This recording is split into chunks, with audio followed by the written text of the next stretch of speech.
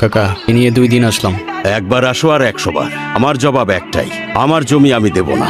এখানে বড় একটা ফ্যাক্টরি হবে আর 10 জন কাজ করার সুযোগ পাবে।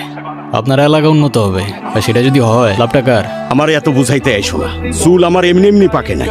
ভদ্রভাবে বলতেছি, কারণ আজকাল একটু ভদ্র হওয়ার চেষ্টা করতেছি, নাহলে ছেলে কিন্তু একটাও আমরা খুব ভদ্র না কাকা। শোনো, তুমি আসো আর তোমার বাপ, জমি আমি এইটা দেব না।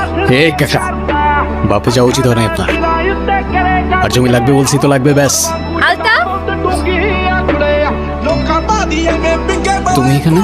বাবা তুমি ভিতরে যাও। যাও না, আমি আসতেছি। আমি জানতাম না উনি তোমার বাবা। আর এসব আমি করতে চাই নাই।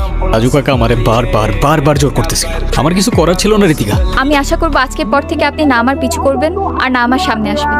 আমি মানুষ চিনতে ভুল করে ফেলছি, আমার আগেই বোঝা উচিত ছিল।